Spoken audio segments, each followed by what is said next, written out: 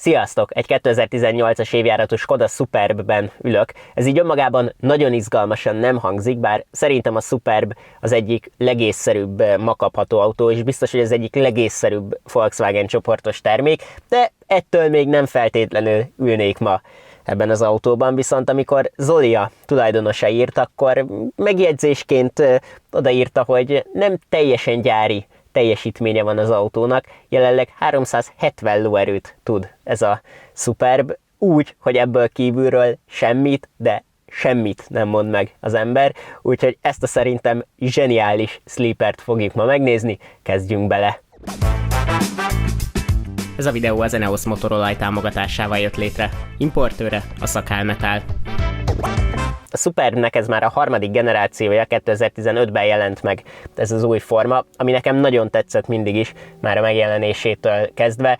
Ebben egyáltalán nem lehet érzékelni azt szerintem, hogy vissza kellett volna fogni az autót, hogy mindenképpen a Passat alá lehessen pozícionálni, és ne vegyen el a Passattól eladásokat. Én a formában egyáltalán nem érzek ilyet. Egy kifejezetten elegáns, jóvonalú, letisztult autó, persze semmi nagyon extra, de az végképp a Superbnek soha nem volt a lényege, vagy a főeleme, hogy nagyon extra legyen. Ugye hátul a csomagtérajtó 5. ajtóként nyílik, ami adja az egyik legismertebb és legfontosabb funkcióját a Superbnek, a hatalmas, több mint 600 literes csomagteret, ami ugye az opcionálisan elérhető kombinál még több is, a kombinak ugye nagyobb a csomagtere, de a kombi is nagyon jól néz ki szerintem.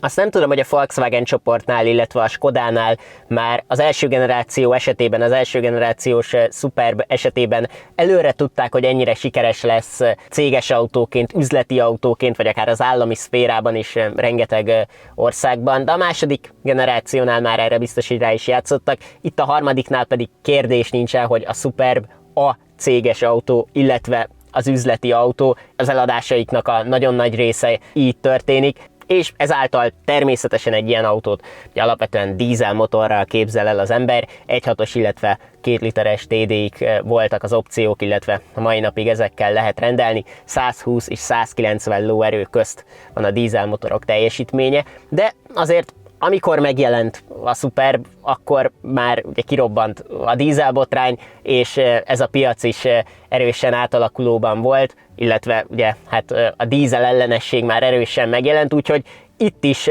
elég nagy benzinmotor kínálata volt, illetve van az autónak, 1.4-estől 2 literes TSI-ig, 120-tól egészen 272 lóerőig terjedt a teljesítmény kínálata a Superbnek, és hát a lényeg az ott a 272 lóerőnél van, mert hogy megkapta a Superb azt a hajtásláncot, amit a Volkswagen csoportos MQB platformos autók közül nem sok, és hát alapvetően teljesítményorientált autókról van szó, amik megkapják ezt a 2 literes motort, ráadásul összkerékhajtással. Tehát ez a 2 literes motor, ami ebben az autóban is van, illetve az összkerékhajtással megtalálható volt az előző generációs S3-as Audiban, illetve a 7.5-ös sportos Golfnál, ugye a Golf R-nél is, illetve a Seat Leon Cupra változata is, amiből ugye a jópofa kombi kivitel is volt, az is ugye ezt a motort, illetve ezt a hajtásláncot kapta, ami azért elég izgalmas szerintem, mert itt a Superbnél semmi sportos körítés nincsen ehhez, se a névben, se a megjelenésben, se az image-ben, cserébe viszont nagyon-nagyon komoly teljesítmény áll rendelkezésre, és, mint ahogy majd erről beszélünk is még, rengeteg potenciál ebben a hajtásláncban, úgyhogy itt nagyon jól összeáll a Volkswagen csoportos Lego, és nekem ez nagyon-nagyon tetszik is, hogy nincsen köré rakva semmilyen sportos image, de még az Octaviából is ugye van RS kivitel, de egyébként ott ugye az első kerekes, tehát ebben ez a zseniális, hogy ráadásul az összkerekes sportos hajtásláncot kapja meg az autó, de hogy az Octavia RS is azért mindenképpen valamit, főleg itt az új generáció mond magáról, ami nem biztos, hogy annyira szükséges szerintem, már ilyen kamu kipufogó hanggal is, meg ilyesmi körítéssel. Itt ebből nincsen semmi, külsőleg tényleg egy teljesen mezei Superb, és nekem ez nagyon tetszik. Ez a konkrét autó, ahogy mondtam is, egy 2018-as példány, 2018 év végi, ezáltal, hogyha jól értelmezem, ez tulajdonképpen egy ilyen átmenetmodell, mert 2019 elején volt a ráncfelvarrás, viszont már ehhez az autóhoz is lehetett olyan dolgokat rendelni, néhány olyan elemet, ami a ráncfelvarráskor lett elérhető a Superbnél, például a teljesen digitális óracsoport, illetve itt a beltérben még egy-két dolog, azt hiszem ez a módválasztó sem volt így ebben a formájában korábban, még a ráncfelvarrás előtt elérhető, viszont nem a ráncfelvarrott külseje van. A Laurin Clement felszereltségi szintet kapta ez a konkrét példány, ami a legmagasabb szint. Nagyon-nagyon ízléses ennek az autónak az összeállítása. Kívül ez a barna szín, nem tudom, hogy kamerán, hogy fog kamerán keresztül átmenni, de szerintem nagyon szép, visszafogott, de mégis karakteres, nagyon ízléses, és ehhez jön ez a gyönyörű világos bőrbelső, tényleg annyira ízléses szerintem. Egy modern autó, ami mégis megjelenést is ad, de közben visszafogott, szerintem így, ahogy van, ez az összeállítás tökéletes, és hát nagyon kényelmes is. Ez egy minden irányba motorosan állítható ülésmemória funkcióval, rendesen deréktámaszt lehet állítani, nagyon-nagyon jó a beállíthatóság ennek az ülésnek, és szerintem bármilyen magassággal kényelmesen fog ebben az autóban ülni bárki. Természetesen ez a hátsó üléssorra is igaz, elképesztő helykínálata van az autónak. Azért a Superb nem egy hatalmas autó, 4,8 méter hosszú, persze nem kicsi, de nem egy S-osztály A8-as Audi mérete, azért jóval, több mint 20 cm-re rövidebb ezeknél az autóknál, viszont a hátsó helykínálata az simán van azon a szinten. Ez az ülés, ez az én 180 cm-es magasságomra van beállítva, ennyi hely van még ott a fejtérben, nagyjából hasonló, és itt van még 230 voltos csatlakozás, azt nagyon szeretem én bármilyen autóban, hogyha elérhető, 2 darab USB-A, illetve 3 állású ülésfűtés, és 3 zónás a klíma is, tehát itt külön lehet a hőfokot szabályozni. Ennél sokkal többre szerintem hátul nem nagyon lehet vágyni ebben a kategóriában. Egyedül ami negatívum, hogy az ülőlap hossza azért nem kiemelkedő, de valahol tényleg meg kell fogni az autót, hiszen ez mégsem egy A6-os vagy A8-as Audi. Ezen túl természetesen megvannak a kötelező Simply Clever funkciók, amiket minden tesztben ugye be kell mutatni. Hátul a csomagtérvilágítás, ami zseblámpaként kivehető, a jégkaparó a tanksapkában, vagy az első ajtókba rejtett esernyők. Ezek egyébként tényleg jó pofa funkciók. Egyedül, ami nem tetszik az utastérben, ez a zongoralakkos betét itt a váltó előválasztó karja körül, itt elég sok a zongoralak, illetve ezek a betétek is zongoralak borításúak körbe az utastérben, ami így nagyon szép letisztítva, és hát egyébként azt nem is mondtam, de az autóban 40 pár ezer kilométer van, új autó. Karc nincsen sehol a belterében, tényleg, tehát így ez nagyon-nagyon szép és jól néz ki, nem tudom, hogy mennyire lehet ezeket a betéteket rendesen tisztán tartani, viszont ezentúl a beltérbe nem nagyon tudok belekötni. Ugye ez még itt nem a legfrissebb Volkswagen csoportos beltér, aminek nagyon kell örülni. A Superbet egyébként még nem is frissítették ennyiben, remélhetőleg kicsit ilyen tradicionálisabb vonalon nem is fogják talán abba az irányba, mint mondjuk a Golfot, vagy akár ugye az új Octaviát, az új infotainment rendszerrel, amire ugye a klímakezelő is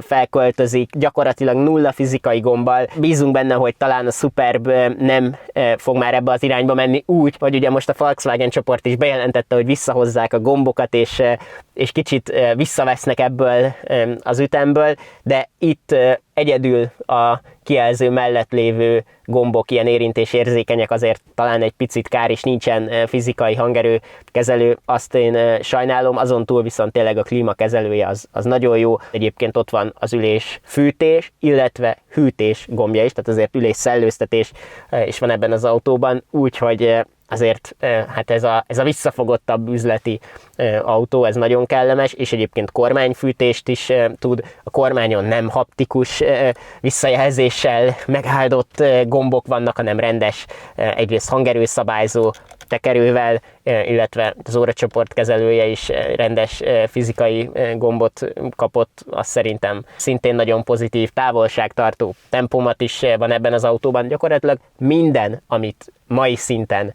elvár az ember, indukciós telefontöltés is, nem nagyon tudnék olyat mondani, ami hiányzik az autóból, egyszerűen egy ilyen nagyon kellemes, kényelmes, de nem túltolt érzete van az autónak. Nem akarom ezt itt túlragozni, de egyszerűen egy észszerű, normális autóbenyomása van. És hogyha mellé vesszük még azt, hogy mire képes ez az autó menet közben, a dinamikáját tekintve, akkor egy olyan csomag jön össze, ami szinte verhetetlen. Úgyhogy közben induljunk is el, és hát nézzük meg azt a dinamikát. Egy gombbal indul természetesen az autó, semmit nem mond meg az ember. Természetesen az indításkor csöndes, visszafogott, semmilyen jele nincsen a közel 400 lóerős teljesítménynek. Zoli alapvetően csak annyit írt először, hogy 370 lóerőt tud az autó, de a módosításokat nem részletezte. És én arra gondoltam, hogy hát ehhez mindenképpen a perifériákat upgrade-elni kell, és akár intercooler, kipufogórendszer, ilyesmi módosításokat kell eszközölni, de nem. Tehát csak szoftveresen plusz 100 lóerőt lehetett hozni, illetve lehet hozni ezen a motoron, ami elképesztő. Zoliék egyébként ezzel foglalkoznak. Itt a Revo szoftvere került rá az autóra, majd beteszem a leírásba a linkjüket, a cégüket, ami ezzel foglalkozik.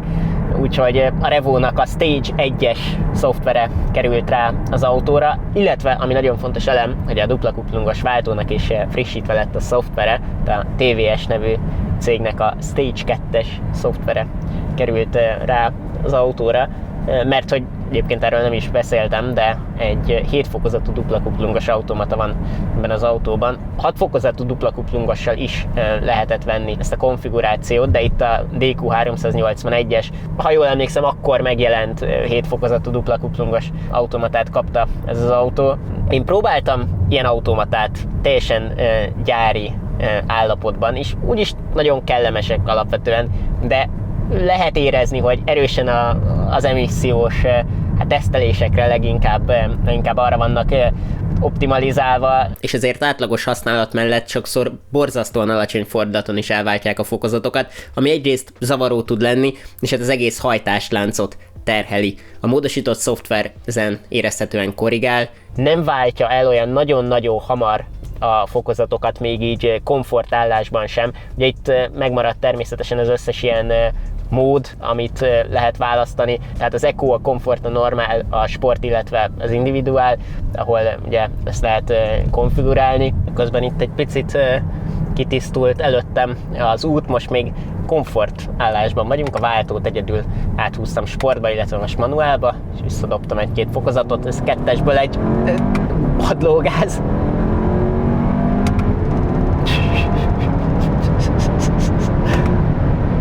Azt a mindenit. Meggyőző. Nincs mellé ugye a dráma, és emiatt nagyjából csak a sebességmérő igen intenzív emelkedéséből lehet sejteni, hogy mi történik, de ugye annyira halk, és annyira nem társul semmi ehhez az egyébként tényleg elég intenzív gyorsuláshoz, hogy így ez egy ilyen fura élmény, de nekem tetszik. Közben egyébként akkor itt a módválasztón átmegyek sportba, ettől egyből jóval keményebb lett a kormányzás, az mondjuk kicsit már ilyen természetes, illetve természetellenesen is, bocsánat.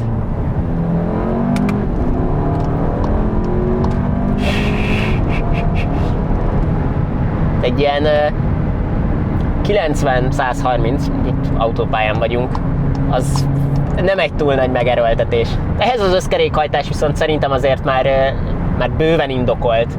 Nem azért, mert ezzel fog keresztben autózni az ember, nyilván ez nem is egy olyan összkerékhajtás, ugye ez egy klasszikus Haldex-es összkerékhajtás, de inkább azért, hogy tényleg le tudja tenni a nyomatékot, és most itt persze száraz, normális idő van, így probléma nélkül ezt leteszi, viszont rajtprogram is rendelkezésre áll gyárilag egyébként az autónál, gyárilag is nagyon-nagyon jó értéket tud egyébként, 5,5 másodpercet, ha jól emlékszem, de hát azért ennél alacsonyabb értéket kéne szerintem mérnünk, úgyhogy nézzünk egy drag is 0-100-at. És itt sikeresen nem indítottam el a GoPro-s felvételt a gyorsuláshoz, úgyhogy sajnos csak a drag is eredmény maradt meg, ezért elnézést, viszont 4,6 másodpercet tudtam mérni, nem a legjobb elindulással, ami szerintem egy baromi jó idő. Zoli mondta, hogy neki 4,1-et is sikerült, az már végképp félelmetes. A TVS szoftverével egyébként a rajtprogram is állítható, hogy milyen fordulatról induljon el az ember, de nyilván messze-messze nem ez a lényeg egy ilyen autónál, hogy milyen a gyorsulása. Az viszont érződik, hogy olyan sebességűek, akár a akár a leváltások, mint konkrétan egy szupersportautónál, illetve az autónak a rugalmassága is nagyon-nagyon jó bármilyen sebességtartományból.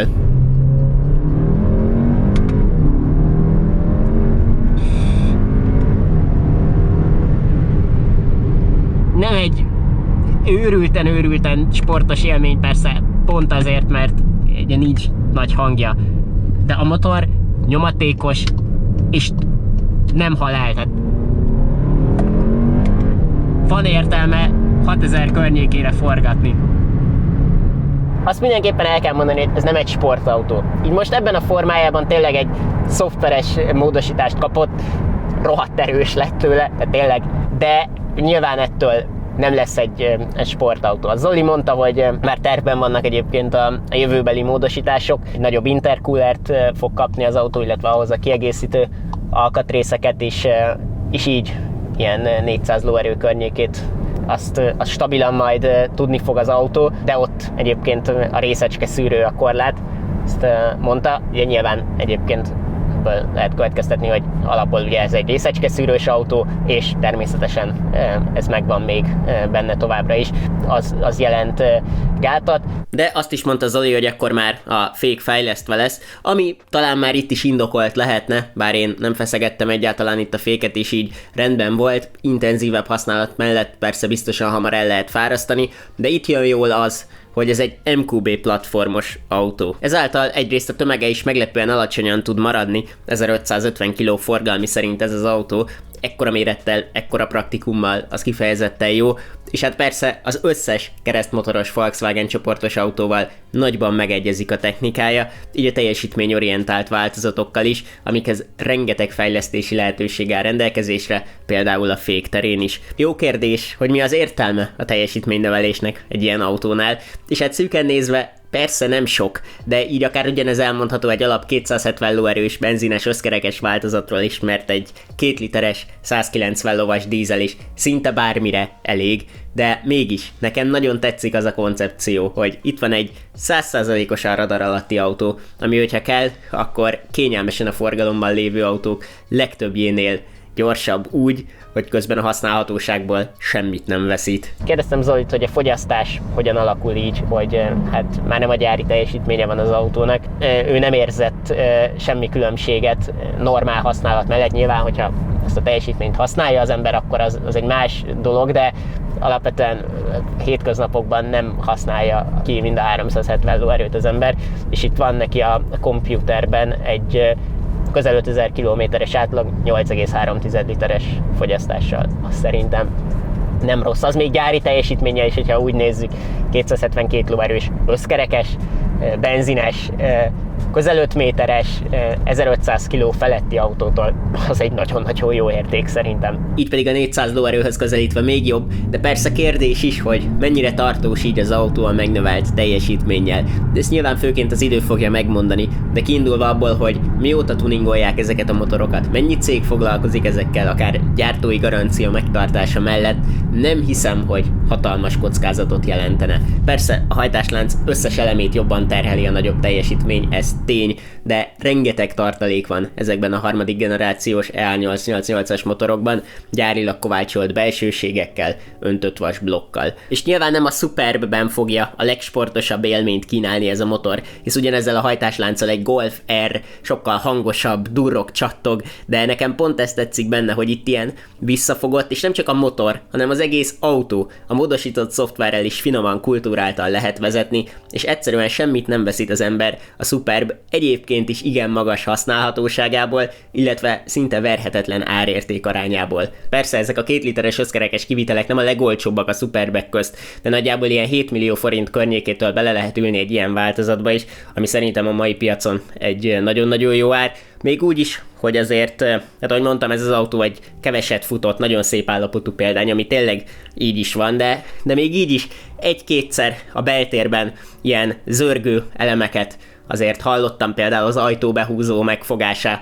az picit ilyen ropogósabb hangot von maga után, és az ajszigetelése is mindenképpen a magasabb kategória alatt van, ennyiben érződik, hogy egy Skoda, de szerintem ez még egy elfogadható kompromisszum. Ezzel viszont szerintem le is zárnám ezt a videót. Köszönöm szépen Zolinak a lehetőséget, hogy kipróbáltam ezt a Superbet. Nekem nagyon az autó is, alapból is, tehát hogyha teljesen gyári teljesítményű lett volna, de egyébként, hogyha egy alap kis dízelmotorral lenne szerelve, nekem akkor is kifejezetten tetszene, és hogy mondjam, a racionális választás természetesen az, így megvan benne egy ilyen plusz mosolyfaktor. Nektek is nagyon köszönöm, hogyha megnéztétek idáig a videót, jövő héten a következő részben találkozunk.